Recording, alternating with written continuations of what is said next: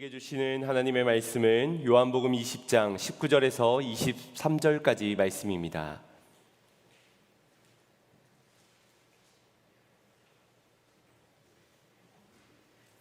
요한복음 20장 19절에서 23절까지 말씀입니다.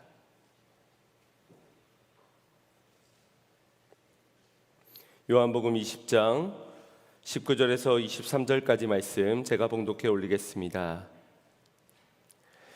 이날 곧 안식 후 첫날 저녁 때에 제자들이 유대인들을 두려워하여 모인 곳에 문들을 닫았더니 예수께서 오사 가라사대 서서 가라사대 너희에게 평강이 있을지어다 이 말씀을 하시고 손과 옆구리를 보이시니 제자들이 주를 보고 기뻐하더라. 예수께서 또 가라사대 너희에게 평강이 있을지어다 아버지께서 나를 보내신 것 같이 나도 너희를 보내노라. 이 말씀을 하시고 저희를 향하여 숨을 내쉬며 가라사대 성령을 받으라. 너희가 네 죄든지 사하면 사하여질 것이요 네 죄든지 그대로 두면 그대로 있으리라 하시니라. 아멘. 할렐루야. 오늘도 하나님의 크신 은혜가 있기를 간절히 소망합니다. 부활의 기쁨이 있기를 간절히 소망합니다. 참된 소망 가운데 나아가기를 간절히 소망합니다. 오늘 부흥 강사 목사님이 여러 교회의 집회를 다니던 중에 한 교회에서 예배를 드리는데 앞쪽에 앉아있는 성도들의 얼굴 표정이 죽상이더랍니다. 이 죽상은 밥상, 떡상 하는 먹는 죽이 아니라 죽을 상을 하고 있었다는 겁니다. 그래서 억지로 거기다 앉혀둔 꽂아놓은 보릿자루처럼 보여서 목사님에게 궁금하여 물었습니다.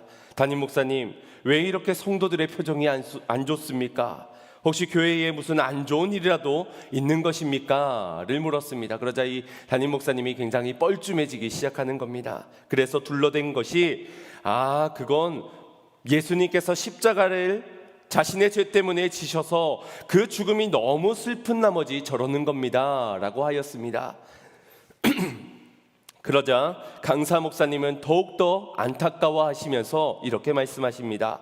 아이고, 이 교회 성도들은 예수님이 부활하셨다는 소식을 아직도 듣지 못했나 봅니다 라고 전하였습니다. 그 목사님이 굉장히 얼굴이 벌개지지 않았을까 싶습니다. 여러분들은 부활의 기쁜 소식을 전해 들으셨습니까? 마스크를 쓰고 계셔서 죽상인지 우상인지 제가 보이지는 않지만 그래도 부활의 기쁨의 소식이 전해졌다면 그곳에는 더 이상 슬픔은 없고 기쁨이 넘쳐날 줄 믿습니다. 거기에는 사망 권세가 물러가고 참된 소망이 새날이 이루어지게 됨을 믿으시길 바랍니다. 우리 좌우 옆을 보시면서 함께 믿음으로 이렇게 전해주기를 원합니다. 우리 주 예수님이 부활하셨습니다. 울상하지 마시고 우상하시기 바랍니다. 아멘. 여러분들은 주님의 부활하심을 어떻게 믿게 되셨습니까? 믿으라 하니까 믿게 되셨습니까? 아니면 믿고자 하니까 믿어졌습니까? 아마도 그렇게 믿음이 버튼 하나 누르면 생기는 것처럼 그렇게 간단하고 쉬운 문제는 아니었을 것입니다. 꽤나 오랜 시간 또 여러 가지의 일들 가운데서 그런 믿음들이 일어나게 되었을 겁니다. 나의 모든 죄를 대속하여 죽으신 주님의 사랑을 믿는 것도 어려운데 그 주님이 죽으셨다가 3일 만에 부활하셨다는 사실, 그 부활이 나를 위한 부활이었다는 사실을 믿고 부활의 참소망 가운데 살아간다는 것은 분명 어렵고 힘든 일입니다. 그럼에도 하나님의 택하심을 입은 자녀들에겐 부활하신 주님께서 찾아가시고 그를 만나주시고 그로 확실한 증거를 보이사 믿음을 주시는 줄 믿습니다. 오늘 본문을 보면 믿음이 없는 제자들을 찾아가시어서 만나주신 부활의 주님을 목격하게 된 제자들의 모습이 기록되어져 있습니다. 먼저 부활의 첫날 제자들은 예수님의 빈 무덤을 보았고 그곳에 세마포가 벗겨진 것을 보았지만 예수님이 다시 살아났다는 것을 알지 못하였습니다. 그리고 부활하신 주님을 가장 먼저 만났던 막달라 마리아의 전에는 부활의 소식 또한 전해 듣고도 제자들은 믿지 못하였습니다. 부활의 여러 증거들을 보고도 믿지 못한 제자들에게 예수님은 직접 찾아가신 것입니다. 우리 19절 말씀을 합독해 보겠습니다. 시작. 이날 곧 안식 후 첫날 저녁 때에 제자들이 유대인들을 두려워하여 모인 곳에 문들을 닫았더니 예수께서 오사 서서 가라사대 너희에게 평강이 있을지어다. 아멘. 제자들이 유대인들을 두려워하여 모인 곳에 문을 닫았다라고 말씀합니다. 부활의 소식을 들은 제자들이지만 오히려 그 소식이 그들의 마음을 힘들게 하고 또 혼란스럽게 했던 것 같습니다. 지금 이 무덤에서 예수님의 시체가 없어졌다는 것을 저 유대인들이 알기나 하면 그 시체를 가져갔을 가장 유력한 용의자는 다름 아닌 제자들이었기 때문일 겁니다. 그래서 혹시나 유대인들에게 자신들이 해를 당하지는 않을까 염려하는 마음에 이 문제를 논의하기 위해서 제자들은 모이게 되었고, 그들에게 임한 이 두려움을 이기지 못한 나머지 문을 닫게 된 것입니다. 여기에 문을 닫았다는 것은 그냥 문을 열었다가 닫았던 그 정도가 아니라 아무도 들어오지 못하도록 차단하였다, 끊어내었다, 중단하였다, 그런 것을 의미합니다. 이것이 성경이 말하는 제자들의 영적 상태입니다. 지난 일주일간 제자들은 상상하지 못했던 엄청난 일들을 겪기도 하였습니다. 많은 사람들의 환송을 받으며 예루살렘을 입성할 때만 해도 많은 사람들의 환대 속에 예수님을 향한 찬양의 소리 속에 그들은 부푼 기대를 가지게 되었을 겁니다. 바로 저분은 내가 모시는 예수님이야. 그 예수님이 드디어 빛을 보는구나. 내가 이럴 줄 알았어. 내가 이럴 줄 알고 그의 제자가 된 것이지. 예수님을 향한 사람들의 찬양의 소리는 마치 자신의 선택이 옳았던 것 마냥 자신들을 향한 찬양인 것처럼 들리기도 하였을 겁니다. 그렇게 하늘나는 기분을 느꼈을 때가 잠시 갑자기 환호했던 사람들이 변심하여 예수님을 십자가에 못 박으라 외쳐대기 시작하는 겁니다. 그러다 벼랑간 예수님께서는 사람들에게 잡히셨고 정신을 차릴 새도 없이 그 예수님이 십자가에 달려 피를 흘리면서 점점 죽어가는 모습을 보게 되는 겁니다. 이 제자들이 느꼈을 그 한 주간의 당혹스러움, 두려움이 어느 정도 이해가 되는 대목이기도 합니다. 죄 없는 그분도 이런 처우를 당하셨는데 그분을 따랐던 우리라고 과연 안전할 것인가? 안심할 수가 없었을 겁니다. 하지만 본문의 9절 말씀을 보면 그 두려움의 실체가 단순히 급작스러운 이 상황의 변화라든지 아니면 당황하고 대책이 없었기 때문이 아니라고 말씀하고 있습니다. 우리 9절 말씀 합독하겠습니다. 시작. 저희는 성경에 그가 죽은 자 가운데서 다시 살아나야 하리라 하신 말씀을 아직 알지 못하더라. 아멘. 그들의 두려움의 실체는 바로 말씀이 없었기 때문에, 말씀을 알지 못하였기 때문이라고 소개하고 있습니다. 말씀이 내 안에 없으므로 두려워하고 그래서 문을 걸어 잠궜지만 이미 엄습한 두려움은 내보낼 수가 없었습니다. 오히려 자신들의 문을 닫게 되어서 바깥으로부터 전해져 오는 기쁨의 소식을 듣지 못하게 되었고, 이미 침투해져 버린 깊은 두려움 속에 그들은 갇혀버리고 만 것입니다. 이것이 오늘날 살아가고 있는 많은 사람들의 문제라고 볼 수 있습니다. 눈에 보여지는 현상으로 기뻐했다가 그 눈에 보여지는 현상이 문제를 마주하게 되었을 때 두려워하게 되고, 정작 자신의 두려움의 실체가 무엇인지 알지 못한 채 마음 문을 닫고 사람에 대하는 관계의 문을 닫고 그렇게 문을 걸어 잠근 채 살아가지만 전혀 그 두려움을 해결할 수 없는 모습, 이것은 예수님을 십자가에 못 박았던 빌라도나 군병들의 모습이 아닙니다. 예수님을 3년간 쫓아다녔던, 그리고 그의 죽으심을 목격했던 제자들의 모습입니다. 오랜 세월 신앙생활을 하며 나를 위해 예수님이 죽으심, 그 죽으심과 그 순환의 고통들은 우리가 믿고 알고는 있지만, 그가 죽으시고 3일 만에 부활하셔서 우리의 부활의 첫 열매가 된다는 사실을 알지도 못하고 안다 하여도 믿지는 못하는 그런 우리는 별 볼 일 없을 것입니다. 똑같이 두려워하고 똑같이 저들과 같이 염려하며 그렇게 문을 닫는 것을 선택하게 될 것입니다. 그저 죽상을 하며 때마다 두려움에 빠져 살아갈 수밖에 없는 상태인 겁니다.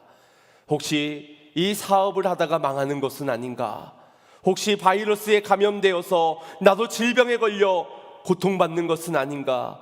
저 사람에게 해코지 당하는 것은 아닌가? 이대로 죽는 것은 아닌가? 이대로 끝나는 것은 아닌가? 끝없는 염려와 근심에 사로잡히면서 지옥 같은 세상을 살아가게 되는 것입니다. 그렇게 걸어 잠겨진 제자들에게 아무도 갈 수 없고 아무도 그들의 두려움을 해결해 줄 수 없을 것 같은 그 상황 가운데서 예수님은 그들에게 찾아가신 것입니다. 그들의 문은 여전히 닫혀 있었지만 부활하신 주님은 그들 한가운데에, 그들의 두려움의 실체 한가운데에 찾아가셨다는 것입니다. 그리고 그들에게 하신 말씀이 바로 너희에게 평강이 있을지어다. 예수님은 샬롬이라는 진정한 평강을 그들에게 전해 주셨습니다. 사실 그들에게 하는 첫 말은 왜 나를 부인했는지, 왜 나를 배반했는지, 왜 너희는 두려워하여 죄인처럼 문을 닫고 있는 것인지 그들을 향해서 꾸짖어야 할 것이 한두 가지가 아닌데, 지난날 풍랑을 만난 제자들에게도 안심하라, 내니 두려워 말라 하신 것처럼 주님은 두려움에 닫혀있는 그들에게 평강할지어다 라고 말씀해 주셨습니다. 왜냐하면 예수님이 이 평화의 사역을 위해 이 땅에 오셨기 때문입니다. 하늘에는 영광이요 땅에는 평화로다. 예수님이 이 땅에 나심을 통하여 선포되어진 고백입니다. 그렇게 주님께서는 평화의 왕으로 이 땅에 오셨습니다. 가는 곳마다 평강을 전해주시었고 진정한 안식일의 주인이 바로 자기 자신임을 전하시며 참된 안식과 평안 가운데로 사람들을 초대해 주었습니다. 마태복음 5장 9절 말씀의 산상수훈의 말씀에서는 화평케 하는 자는 복이 있나니 저희가 하나님의 아들이라 일컬음을 받으리라 라고 말씀하시면서 하나님의 아들이신 예수님은 이 화평케 하는 사역을 감당하셨다는 것을 이렇게 말씀하시기도 하셨습니다. 또 요한복음 14장 27절에 제자들에게 주신 약속 가운데서는 평안을 너희에게 끼치노니 곧 나의 평안을 너희에게 주노라. 내가 너희에게 주는 것은 세상에 주는 것과 같지 아니하느니 너희는 마음에 근심도 말고 두려워하지도 말라. 그렇게 두려움을 떠나보내고 세상에 줄 수 없는 평안을 선물하기도 하셨습니다. 그리고 부활하시고 가장 처음 제자들에게 주신 말씀 역시도 너희에게 평강이 있을지어다, 이 말씀이었습니다. 평안이라는 것은 헬라어로 에이레네라는 말입니다. 평화, 평강, 이것을 의미하는 말이지만 또 그 외에도 하나가 되게 하다라는 의미도 함께 가지고 있습니다. 언제 우리가 평안하게 됩니까? 바로 깨어진 관계가 회복될 때, 하나가 되어질 때 평화가 임하게 되는 것을 우리는 알 수 있습니다.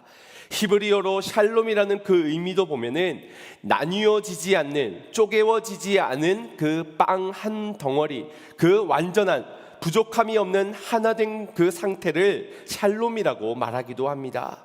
즉 관계가 깨어지지 않고 나뉘어져 있지 않은 하나된 상태, 부족함이 없어 완전히 하나가 되었을 때 거기에 임하는 것이 평화라는 것입니다. 반대로 깨어지게 되었을 때, 분리되게 되었을 때, 갈등 가운데 끊어지게 된 그 상태에 임하는 것이 두려움이요 염려라는 것입니다. 결국 주님께서 제자들에게 평안이 있을지어다 라고 전해주실 수 있었던 것은 너희의 죄로 인해 깨어진 하나님과의 너희와의 관계가 내가 십자가에 달려 죽음을 통하여 다시 산 부활을 통하여 이제 그 관계가 완전히 해결받게 되었다. 그분의 살과 피를 너희가 먹고 마심으로 너희와 나와 하나가 되어진, 연합이 되어진 그 상태를 통하여서 진정한 평화가 임하게 되었다라는 것을 전해주고 있는 것입니다. 세상에서는 강력한 힘을 바탕으로 한 평화를 추구합니다. 돈을 힘으로, 또 명예와 권력을 힘으로 한 박스로마식의 평안을 추구하려 합니다. 그러나 아무리 세상에서 강력한 힘을 소유하여 한다고 한들 과연 거기에서 평화가 있겠습니까? 하나님과의 관계가 깨어진 세상에서 과연 그 돈의 힘, 권력의 힘, 명예의 힘으로 평화를 이룰 수 있다 믿으십니까? 그럴 수 없습니다. 이는 가정에서도 마찬가지입니다. 부부가 싸우지 않는다고 평안하겠습니까? 문제가 없다고, 이혼하지 않았다고 해서 과연 그 가정이 평강이 있는 가정일까요? 그렇지 않을 것입니다. 어디든 언제든 살얼음판을 걸을 뿐입니다. 하나님과의 관계가 회복되지 못한다면 그 가정엔 평안이 임할 수가 없는 것입니다. 가정도 그러하고 교회도 그러하고 세상도 마찬가지입니다. 오직 하나님과 하나 되어져야지만 누려지는 샬롬인 것입니다. 죄로 인해 하나님과 원수되었던 우리의 문제를 예수님이 십자가에서 완성하여 주셨습니다. 그렇게 하나님과의 막혔던 담을 허물어 주시고 가장 완전한 희생제물로, 대속의 제물로 주님께서 달려 돌아가심을 통하여서 이제 우리가 하나님 앞에 나아갈 땐 더 이상 희생이 필요하지 않는, 희생제사가 필요하지 않는 온전한 예배자로 주님께서 그 길을 열어주신 것입니다. 아버지께로 나아갈 수 있는 담력을 우리에게 허락하여 주신 것, 이것이 바로 복음입니다. 이 복음으로 우리는 기뻐하는 것이고, 이 복음을 통해 우리는 세상이 줄 수 없는 평화를 얻게 된 것입니다. 바로 얻기는 이 복음의 기쁜 소식을 믿는 자 되시기를 바랍니다. 주님의 죽으심은 믿어서 같이 아픔을 느끼고 순환의 고통 가운데 안타까움을 느끼지만 정작 부활의 소망을 얻지 못하고 나를 위해 다시 사신 소망 가운데 나아가지 못한다면 우리는 그분의 죽으심으로 내가 죄 사함을 받았지만 영원한 소망 가운데 기쁨으로 하나님 앞에 나아갈 수는 없게 되는 것입니다. 제자들보다 막달라 마리아를 먼저 만나주신 예수님께서 그녀에게 하신 말씀도 바로 이 복음의 소식이었습니다. 우리 17절 말씀 합독해 보겠습니다. 시작. 예수께서 이르시되 나를 만지지 말라. 내가 아직 아버지께로 올라가지 못하였노라. 너는 내 형제들에게 가서 이르되 내가 내 아버지 곧 너희 아버지 내 하나님 곧 너희 하나님께로 올라간다 하라 하시되. 아멘. 이제까지는 내 하나님, 내 아버지였지만 내가 너희를 위하여 죽고 너희를 위하여 다시 산 이 화목해하는 사역을 통하여서 비로소 이제 내 아버지가 너희의 아버지가 되고 내 하나님이 너희의 하나님이 되었다라고 말씀해주고 계신 겁니다. 그리고 이 복된 소식을 제자들에게 전하라 막달라 마리아에게 말한 것이지요. 그래서 도마가 고백한 것이 나의 주 나의 하나님이여 라는 귀한 고백을 드리지 않았습니까? 사랑하는 성도 여러분, 부활하신 예수님을 믿는다는 것은 이제 더 이상 내 안에 두려움의 실체를 떠나보내고 더 이상 내가 내일 일을 인하여 염려하지 아니하고 무엇이 있어서 평안한 것이 아니라 무엇이 없어서 두려워하는 것이 아니라 이제 주님께서 완전한 승리를 그 십자가에서 이루심을 통하여서 하나님이 나의 하나님이 되고 나의 아버지가 되었으니 그분의 그 사역 안에서 평안을 누리는 것이 바로 우리가 부활하신 주님을 믿는다라는 것입니다. 부활의 아침, 여러분들은 평강하십니까? 건강하지 못해서, 돈이 없어서, 미래가 불확실해서, 누군가의 관계가 깨어져서 갈등하고 있어서 환경과 상황이 무너졌기 때문에 나는 평강할 수 없다라고 말하고 계십니까? 부활하신 주님을 만나시기를 바랍니다. 그 주님을 믿으시길 바랍니다. 그분이 평화를 이루셨습니다. 진정한 평강을 우리에게 선물해 주신 것입니다. 20절에 보면 제자들도 이 부활하신 주님을 보면서 기뻐하게 됩니다. 여전히 유대인들이 자신들을 해하려 하고 있고 또 로마 군대의 강력한 힘에 비해 우리는 가진 힘이 아무것도 없었지만 예수님이 전하시는 이 평강의 은혜가 그들로 하여금 기뻐하지 않을 수 없게 하였던 것입니다. 그렇게 부활의 증거를 보이시면서 평강을 선포하신 예수님께서는 21절에 보면 제자들에게 다시 한 번 더 너희에게 평강이 있을지어다라고 말씀해주고 계십니다. 왜입니까?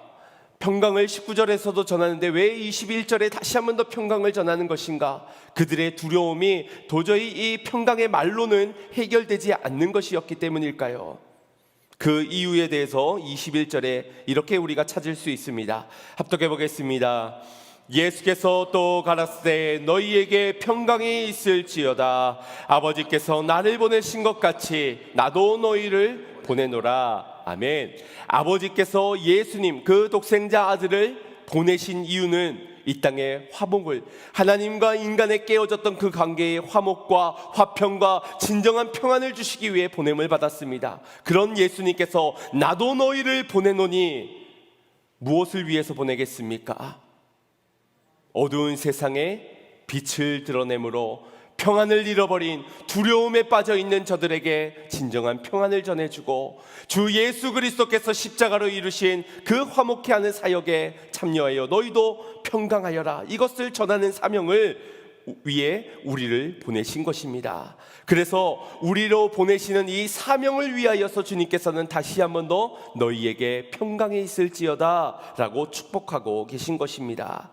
그러니 19절에서의 평강은 죄로 말미암아 하나님과의 끊어졌던 그 관계가 예수 그리스도의 대속의 제물로 인하여서 이제 우리는 두려움을 떠나가게 되고 관계적인 회복의 평강을 이루게 되었다면, 21절에서는 이제 어두운 세상과 빛된 우리 주의 자녀들이 구별되게 되었는데, 우리가 가야 하는 자리가 저 세상을 향해서 전해야 하는 것은 복음이요 평강이기 때문에 우리로 하여금 다시 한 번 더 이 평강을 허락해 주면서 평화의 복된 소식을 너희가, 빛된 너희가 가서 빛의 자녀로서 전하라 라고 말씀해 주시는 것입니다.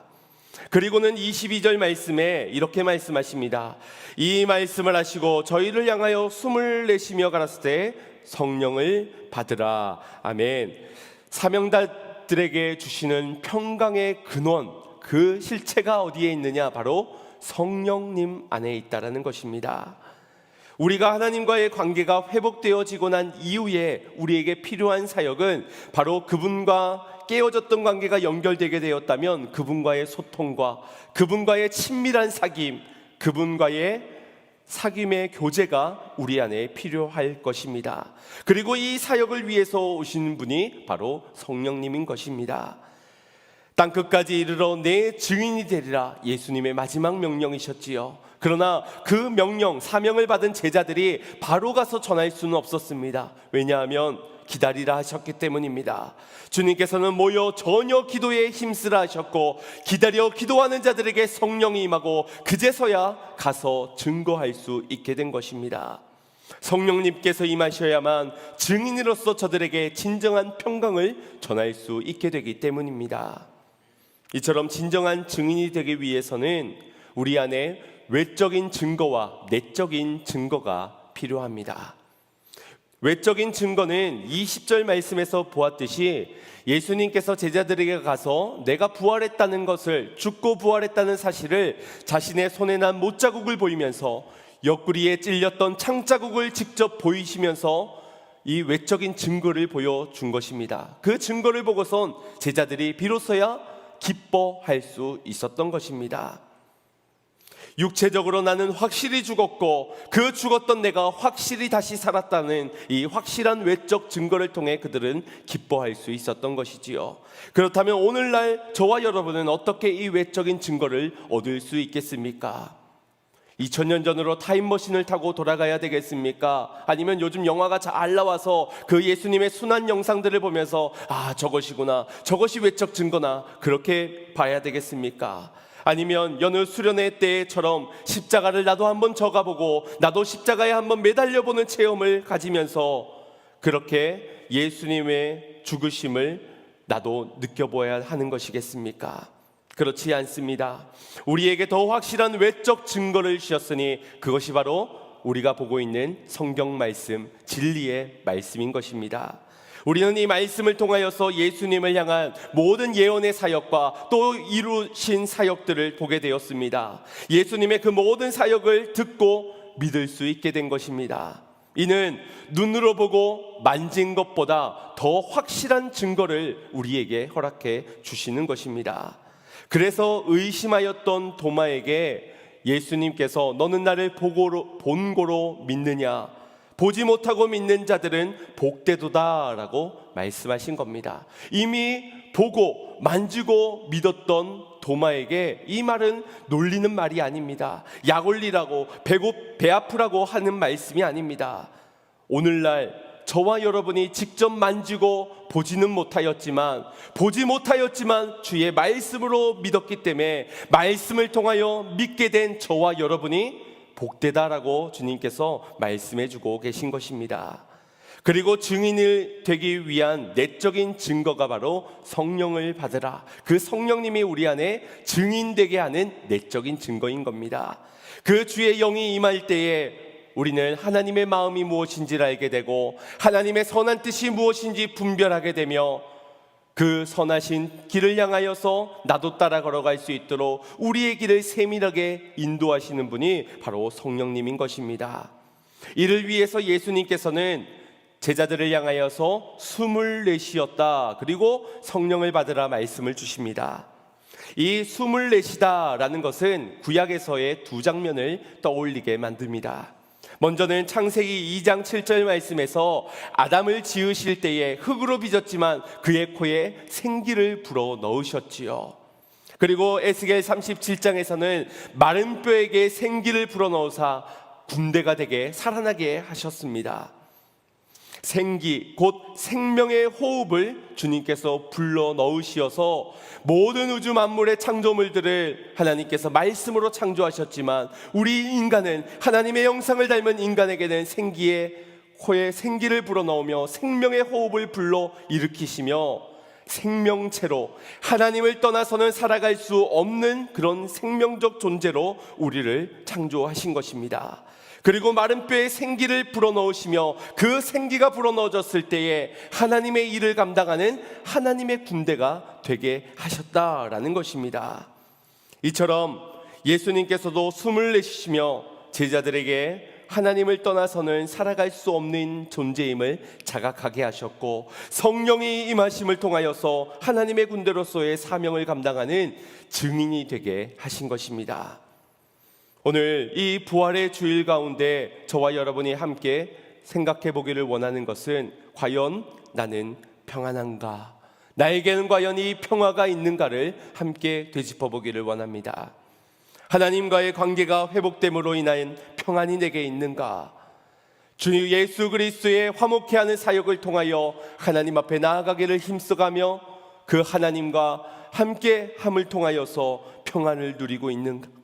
그리고 보냄을 받은 증인으로서 나는 말씀의 외적 증거와 성령님 내 안에 내주하시는 그 내적 증거를 통하여 세상에 줄 수 없는 평강을 누려가고 있는가를 함께 되짚어 보기를 원합니다.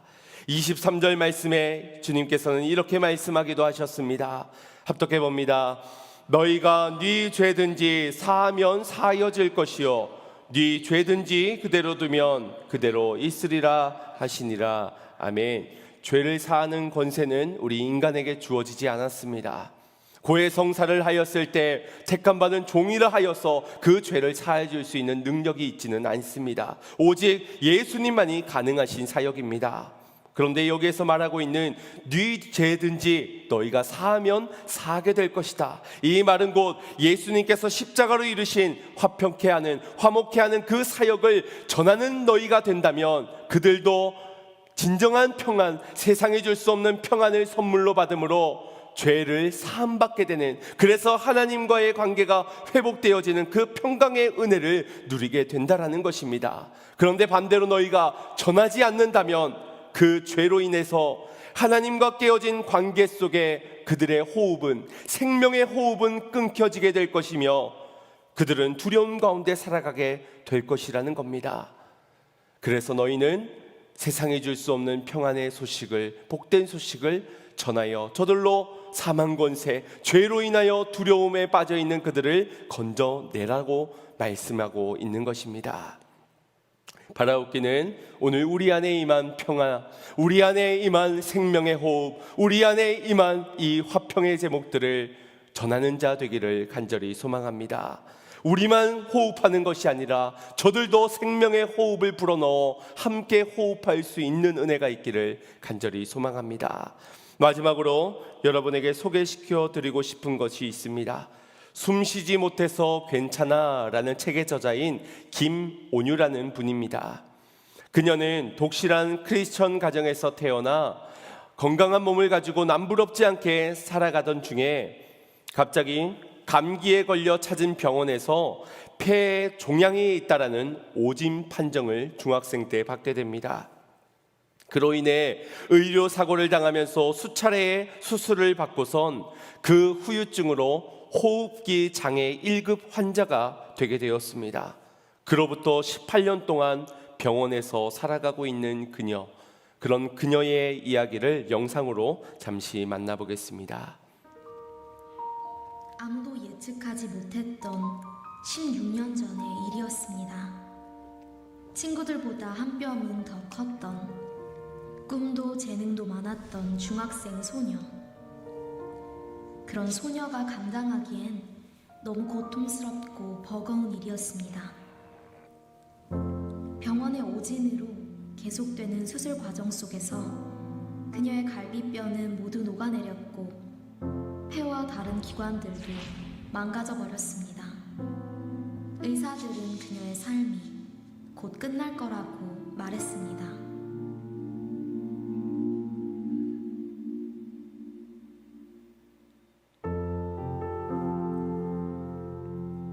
올해로 32살이 된 온유 씨의 병실. 온유 씨의 삶을 기적처럼 이어오게 한 이유들이 여기 있었습니다. 기능을 상실한 폐 대신 온유 씨에게 호흡을 할 수 있게 해준 엠부. 그 엠부가 작동하도록 도와준 수많은 봉사자들. 그리고 의사조차 포기했던 그곳에서 온유 씨는 살아계신 하나님을 만났습니다. 세상에 살다가 갑자기 앉았을 때 너무 두렵고 나 혼자 뒤쳐져서 예수님 세대 그 어떤 모습이요 또 사랑을 해주시고 세상에 기초편이라 아래 있는 그대로 사랑하시고 예수님 살아야겠다 마음이 있었어. 두려운 건 똑같은데 믿으니까 살 수 있게 지금까지의 시간은 그 어느 것 하나 자신의 것이 아니었다고 고백하는 온유 씨. 말로 다 할 수 없던 이야기들을 담담하게 글로 옮기기 시작한 그녀는 숨쉬지 못해도 괜찮아라는 한 권의 책을 세상에 내놓았습니다. 엠부하면서 친구들 또 내가 주는구나 또 친구들이 호흡도 주고 사랑도 주고 우정이 확 있는데 친구들이 그런 말을 좀 예수님 친구들 다 3명의 고백으로 생각을 해서 그런 적이 있었던 것 같아요. 나도 짚고 보니까 책에는 가장 고통스러웠던 순간의 기도와 그렇기에 가장 행복했던 응답의 시간들, 그리고 하나님이 그녀에게 주신 선물, 24시간 그녀의 숨이 되어주는 엠부 봉사자들의 이야기가 담겨 있습니다.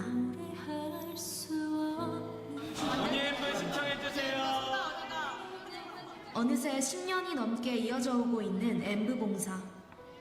하루 24시간 그녀의 숨결이 되어줄 봉사자를 구하기 위해 담당자들이 고군분투하고 있습니다. 익숙하게 엠부 봉사를 신청하는 청년들, 그들에게 엠부 봉사는 어떤 의미일까요? 처음에는 저도 힘들고 가는 길이 되게 피곤하고 피곤스러운데도 도착하고 나서 이제 엠브를 하고 나서 집에 돌아갈 때는 그 불평했던 마음들이 그냥 다 사라지고 누나가 이렇게 써주셨더라고요. 봉사자들이 우리는 봉사로 온 것이 아니라 우리 제일 친한 친구 만나러 온 거라고 그 말들이 정말 감동이었습니다. 사랑하는 사람들, 그리고 고통 속에 살아가는 수많은 청년들에게 그녀는 말하고 있습니다. 숨쉬지 못해도 괜찮아. 고난을 감당하는 것을 넘어 이제는 기쁨을 누릴 수 있게 되었다는 그녀. 분명 내일도 행복할 것이라는 그녀의 믿음이 이 세상의 새로운 도전이 되고 있습니다. 자가 호흡을 할 수 없는 그녀는 이렇게 18년 동안이나 지속적으로 병원 신세를 지고 있습니다. 하루에 20명이 넘는 봉사자들의 손길을 통하여 4교대로 돌아가면서 그녀는 잠을 자는 그 밤중에도 이 호흡기를 엠브를 눌러줘야만 살 수 있는 그녀. 그렇게 1초에 한 번씩 눌러짐을 통하여서 그녀는 호흡을 하고 있습니다. 그리고 단연간 이 병실을 일주일에 한 번꼴로 찾아다녔던 한 청년이 인터뷰를 통하여서 이렇게 말하기도 하였습니다. 주변에서 저에게 힘들지 않느냐고 자꾸 묻는데 정말 솔직히 하나도 힘들지 않습니다. 전 그저 몸으로 한 것밖에는 없어요. 하루를 내가 누군가를 살릴 기회가 있다면 이보다 더 가치 있는 일을 할 수 있을까요? 그렇게 수만 명의 사람들이 한 생명, 그 여인의 생명을 살리기 위하여 가장 고귀하고도 가치 있는 일들을 수십 년 동안 해가고 있는 겁니다. 그러면서 그들은 그녀와 함께 호흡하고 있다라고 고백하기도 합니다. 대단하지 않습니까? 단 한 사람의 생명을 살리는 일에도 이와 같은 많은 수고와 희생들이 필요해 보입니다. 내가 믿어지기까지도 쉽지 않았지만 저들도 이 평안을 누리기까지는 분명 희생과 값을 치르는 것들이 필요할 것입니다. 그 먼저는 예수님께서 평안하도록 모든 것을 이루어 주셨고 이제 평안의 소식을 전하는 자의 희생이 필요할 것입니다. 이 이야기를 지난 한 주간 동안 제가 처음 접하게 되었는데 제게는 큰 충격이 되었습니다.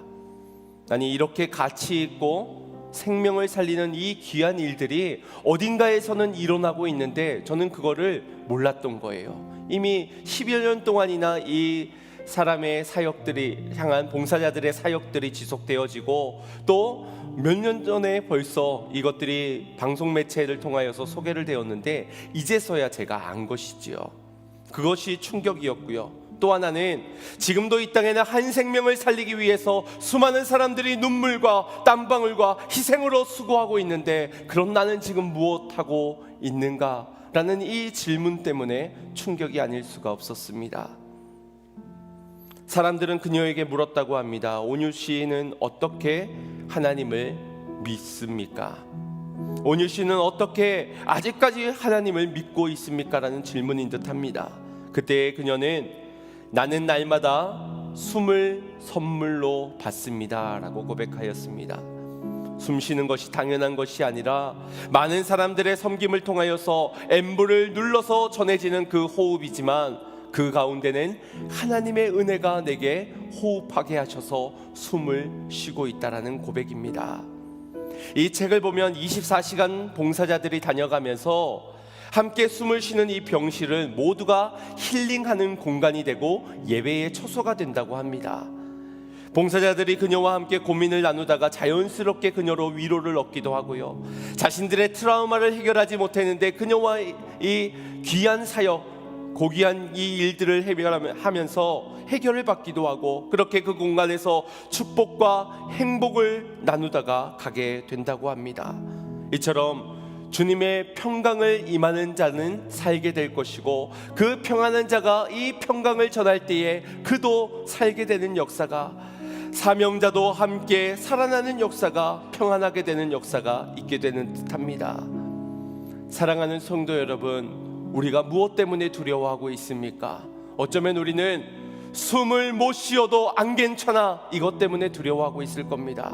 아니, 숨을 안 쉬면 어떻게 괜찮을 수가 있습니까? 라고 말하기 때문에 두려운 겁니다. 그러나 그녀의 고백을 보십시오.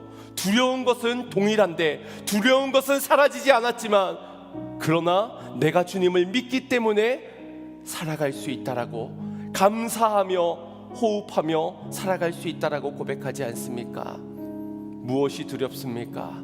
여전히 무엇을 두려워하고 계십니까? 주님이 십자가에서 모든 것을 이루셨고 진정한 평안을 내게 선물로 주셨는데 무엇으로 두려워할 수밖에 없다라고 말하고 계십니까? 사랑하는 성도 여러분, 먼저 여러분들이 평안하시기 바랍니다. 우리 주님께서 나를 위해 죽으셨고 우리 주님이 나를 위해 다시 사셨습니다. 그러니 평안하시길 바랍니다. 평안하시길 바랍니다. 그리고 그 평안을 전해주시기 바랍니다. 나만 생명의 호흡으로 평안한 인생 말고 누군가도 이 생명의 호흡을 끊어져 두려워하고 있는 자에게 가서 생명의 호흡을 불러주면서 그렇게 우리가 주님의 증인으로서 함께 호흡하고 함께 살기를 원합니다. 하나님과 하나됨의 평강과 주의 말씀을 믿고 주의 성령과 동행함으로 통하여서 허락되어진 이 평강으로 인하여 우리가 땅끝까지 주의 복음을 증거하는 양문의 모든 성도님들이 되시길, 생명의 호흡을 불러일으켜 하나님의 군대가 일어나는 그 역사가 우리 양문 교회 가운데 일어나기를, 여러분의 가정과 삶 가운데 누려지기를 주님의 이름으로 축원드립니다.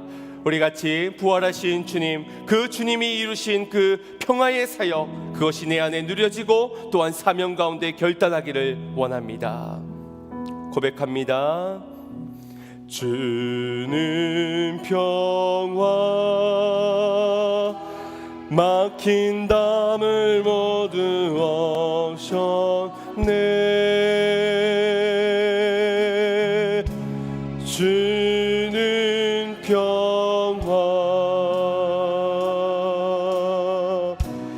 우리의 평화, 주는 평화,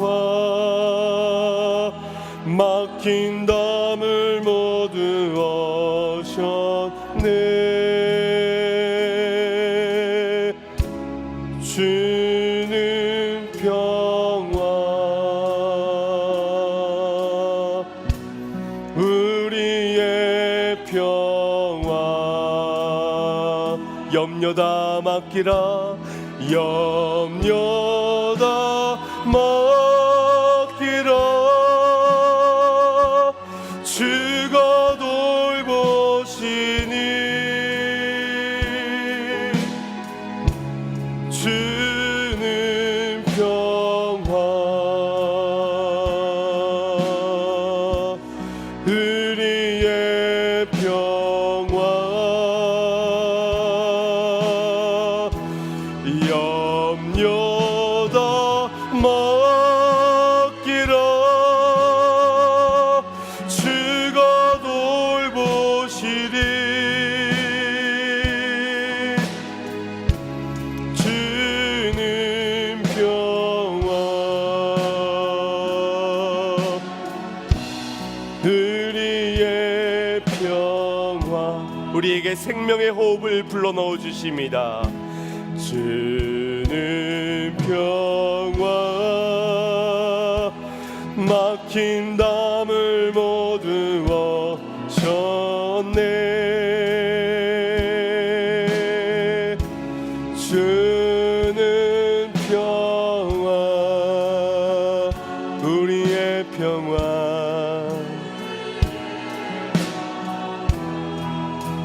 주는 평화, 주는 평화, 막힌 담을 모두 얻으셨네. 주는 평화, 우리의 참된 평화, 우리의 평화.